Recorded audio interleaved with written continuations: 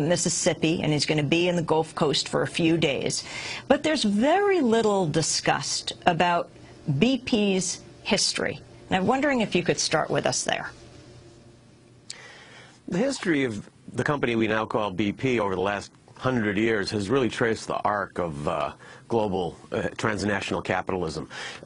This company began as a kind of a wildcatting operation in Iran back in the first decade of the 20th century. It was very entrepreneurial, risk-taking, and they had a bunch of geologists running around in these very forbidding steppes and deserts, and finally they struck what was the greatest find up to that time in the history of the oil industry. They were the ones who discovered that Iran was sitting on an ocean of oil, and then they decided they would take it under a corrupt deal that they had struck with a few representatives of the old declining Iranian monarchy, all of whom had been paid off by the company.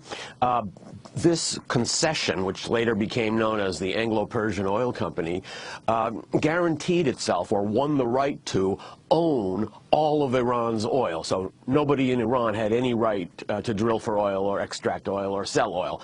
Then, soon after that find was made, the British government decided to buy the company. So the Parliament passed a law and bought 51% of that company. And all during the 1920s and 1930s and 1940s, the entire standard of living that people in England enjoyed was supported by oil from Iran. All the trucks and jeeps in Britain were being run on Iran oil.